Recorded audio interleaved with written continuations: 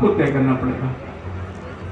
बहुत कुछ है कहने के लिए, पर तो मैं इतना ही कहना चाहता हूं कि आज यदि हमें पुनः इस संस्कृति को विश्व पूरे का, जिस प्रकार विश्व गुरु था भारत और पुनः भारत विश्व गुरु बनेगा, परंतु मेरी आपकी उसमें भूमिका क्या रहनी चाहिए वो हमें तय करना पड़ेगा कि हमारी भूमिका भी वहां रहनी चाहिए। हम नहीं भूमिका निभाएंगे, विश्व गुरु भगवान करे ये बनेगा, क्योंकि ऋषियों की घोषणा है और ये शुभ संकेत मिलते जा रहे हैं।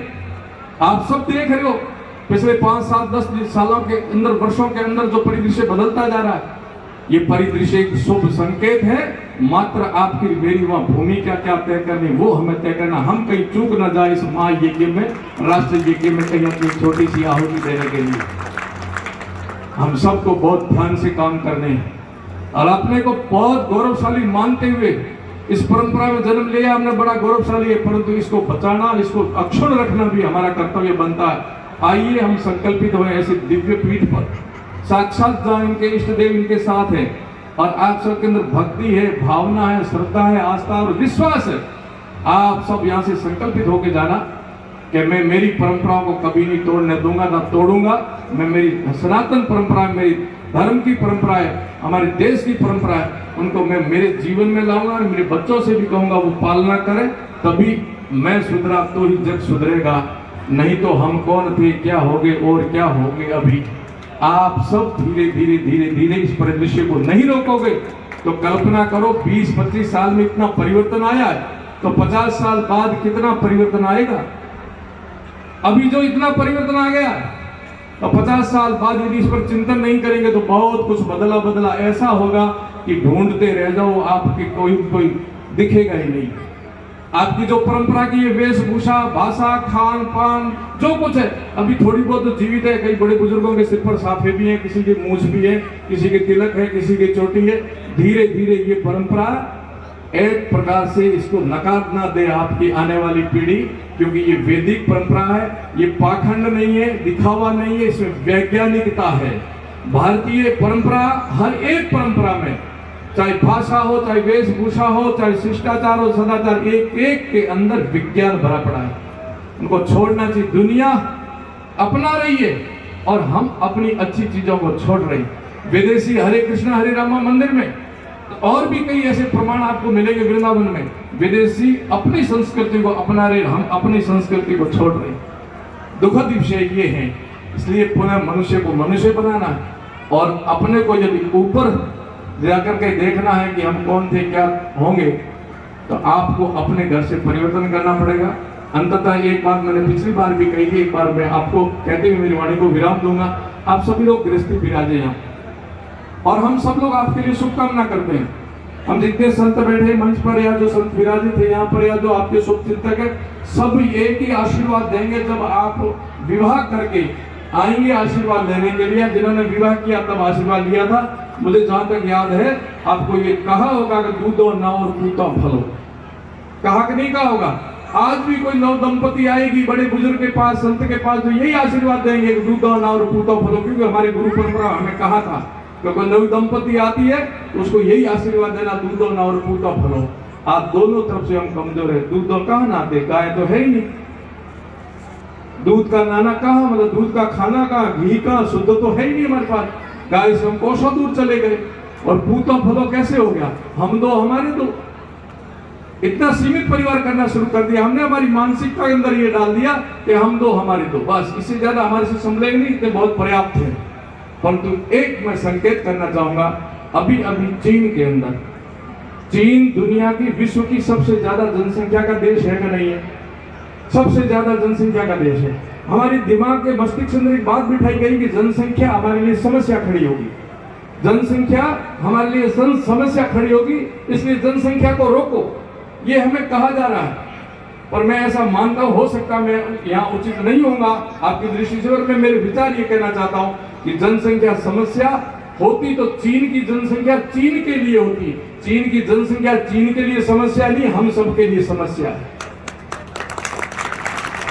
और यहाँ कोई एक्सीडेंट होता है, बस पलटता है बस, और हम 5 व्यक्ति बैठे हैं तो उस बस को खड़ा नहीं कर सकते, और 100 व्यक्ति यहाँ बैठे जाकर के उस बस को खड़ा कर सकते हैं कि नहीं कर सकते।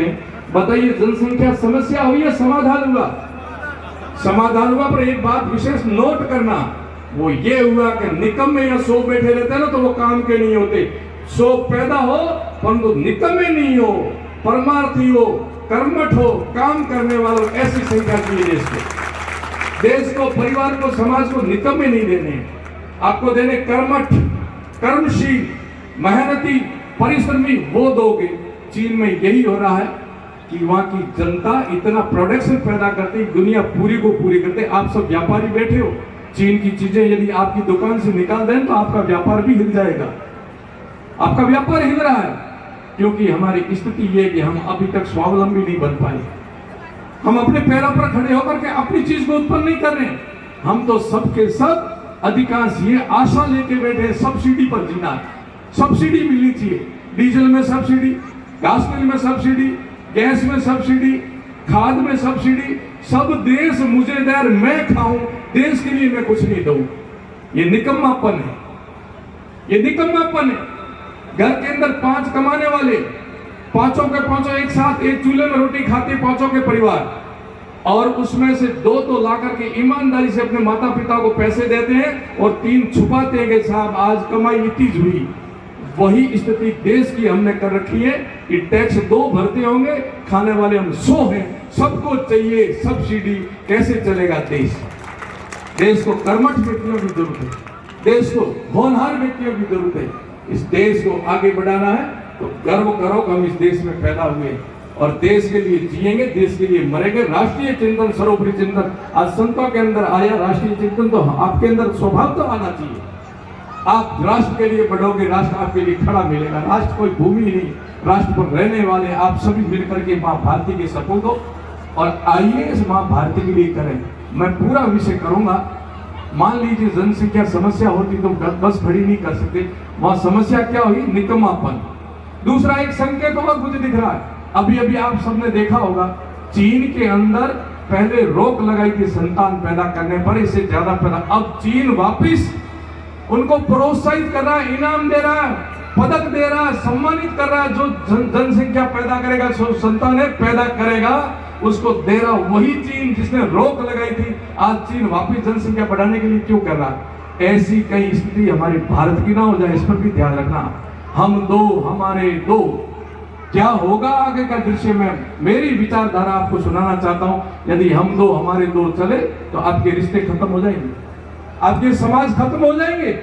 जिन समाजों से, जिन जातियों से आप ये बहुत छोटी हो जाएगी, 100-200 साल बाद ढूंढते रह जाओगे, मिलेंगे नहीं आपके भाई बंधु इस संसार में, क्योंकि हम 2 हमारे 2 से खत्म होने की कगार पर चले जाओगे। 2 भाई पैदा हुए तो बहन किसको कहेंगे, मामेरा किसको ले जाएंगे, मौसी किसको कहेंगे, बुआ किसको कहेंगे, रिश्ता खत्म। 2 बहनें पैदा हो गई तो भी रिश्ता खत्म। बुआ मामा किसको कहेंगे, फूफा किसको कहेंगे, मौसा किसको कहेंगे, तो भी रिश्ते खत्म, तो भी रिश्ते खत्म। हम 2 हमारे 2 नहीं, तुम तो कम से कम परमात्मा से मैं यही प्रार्थना करूंगा, ये संत और बड़े बुजुर्ग यही कहेंगे, तुम 2 तुम्हारे 10 कम से कम, तुम 2 तुम्हारे 10 कम से कम, दूधा ना और पूता फलो, दूधा ना और पूता फलो। ये कोई हंसी मजाक नहीं है। मैं परम पूज्य राम सुखदास जी महाराज के शब्दों को मेरे शब्दों में ला करके कह रहा हूं। उन्होंने कहा महापाप है, भ्रूण हत्या महापाप है, भगवान की कुदरत। अरे क्या कौन पालेगा और कौन पढ़ाएगा और कौन खिलाएगा? कीड़ी ने कण और हाथी ने मन देने वाला वो है, आप नहीं हो। अपना अपना भविष्य सभी लेके आते हैं। कौन कहां किस समय पहुंचा, किसने सोचा था मोदी जी कहां पहुंचे, किसने सोचा था योगी जी वहां पहुंच जाएंगे? सब अपना भाग्य लेके आते हैं। स्वामी विवेकानंद जी कितने नंबर की संतान थी अपने पिता की, आप सब जानते हो, 8वें नंबर के थे पुत्र। हम 2 हमारे 2 होते तो वो वहां तक नहीं पहुंचते। आपके हम तो यही कामना करते हैं, कम से कम आपके 10 संतान कम से कम घर में हो। एक डॉक्टर बनेगा, एक कोई व्यापारी बनेगा, एक कोई शिक्षक बनेगा, एक कोई सैनिक बनेगा, एक कोई वकील बनेगा, एक और किसी जगह बैठेगा, एक किसान बनेगा। यदि 10 होंगे तो 10 जगह खड़े होंगे। तब मुझे वो पंक्तियां याद आती है, सर्वा आशा मम मित्रम भवन्तु, सभी दिशाओं में मेरे अपने होने चाहिए। जब 2 होंगे तो कहां पहुंचेंगे? और एक आधा बच जाए तो हमारे को भी दे देना, हम शिष्य बना देंगे, संत बना देंगे। ये भावना आनी चाहिए। मैंने सबसे पहले कहा कि बड़ा भाग मानुष तन पाया। मनुष्य बनना और मनुष्य बनाना सबसे बड़ा सौभाग्य की बात होती है। परंतु इस समय मनुष्य दिग्भ्रमित होकर के जी नहीं रहा, जीवन को ढो रहा। जीवन को जीने की कला मनुष्य के पास नहीं है, क्योंकि वो ऋषियों के पास नहीं, वो संतों के पास नहीं, वो शास्त्रों के पास नहीं है, वो सत्संग में नहीं, इसलिए जीवन जी नहीं रहा, जीवन को ढो रहा। हम जीवन को जीने की कला सिखाएंगे। ये आधुनिक विज्ञान और ये भौतिक युग आपको जीवन जीने की नहीं, जीवन ढोने की कला सिखाएंगे। और ये तो सिखाएगी जो प्राचीन विद्याएं थी, जो ऋषियों की विद्या, जो वो कहेंगे कि साथ विद्या या विमुक्त है, वो विद्या देंगे जिससे आपको शांति मिले, सुख मिले, आनंद मिले। हम वो नहीं देंगे जो वो आपको खत्म कर देंगे, आपके बचपन को खत्म कर देंगे, आपकी युवा अवस्था को खत्म कर देंगे, आप जिंदगी भर जीवन को ढोते फिरोगे। ऐसे नहीं। आइए पुनः भारतीय संस्कृति को समझे, इस देश को समझे, इसकी सभ्यता को समझे, तभी मनुष्य संसार में सुखी रह सकता। सौभाग्य मुझे मिला, सौभाग्य आपको मिला कि आपके पुरखे बहुत कुछ आपको देके गए हैं, उसको छोड़ो मत, खुद अपनाओ और दूसरों को सिखाओ। जब जीना हो तो भारत में आओ, भारतीय संस्कृति को अपनाओ, तभी तुम जी सकते हो। ऋषियों के बताए मार्ग पर चलो। हम पहले भी विश्व गुरु थे और आज भी विश्व गुरु, आगे भी विश्व गुरु बनेंगे। इसी भावना के साथ पुनः मैं आप सबको हृदय से साधुवाद देता हूँ, क्योंकि मेरा स्वास्थ्य थोड़ा ठीक नहीं था। मैंने महाराज जी से आज्ञा मांगी कि मुझे थोड़ा पहले बुला दें और सुबह प्रस्थान भी करना। मैं क्षमा प्रार्थी हूँ सभी संतों से कि मैंने कोई दृष्टा कर दी है तो मुझे मेरा मार्गदर्शन करें। और आप सभी से निवेदन करूंगा, मैंने कहा केवल कानों तक नहीं रखें, आप इसको हृदयगम करें, हृदय में ले जाए। यहाँ सुनी, इसका कोई महत्व नहीं होगा, मैं कितना अच्छा बोला, कोई महत्व नहीं होगा जब तक आप व्यवहार में नहीं लाओगे। आप व्यवहार में नहीं करोगे तब तक कोई परिणाम नहीं आए। आज करने वाले चाहिए, कहने वालों की कोई कमी नहीं है। करने वाले आइए, हम सब लोग मिल करके सम गच्छध्वम सम वदध्वम संभव मनांसी जानता देवा भागम यथा पूर्व संजानाम उपासते। बहुत बहुत आशीर्वाद, बहुत बहुत शुभकामना। बोलिए भारत माता की।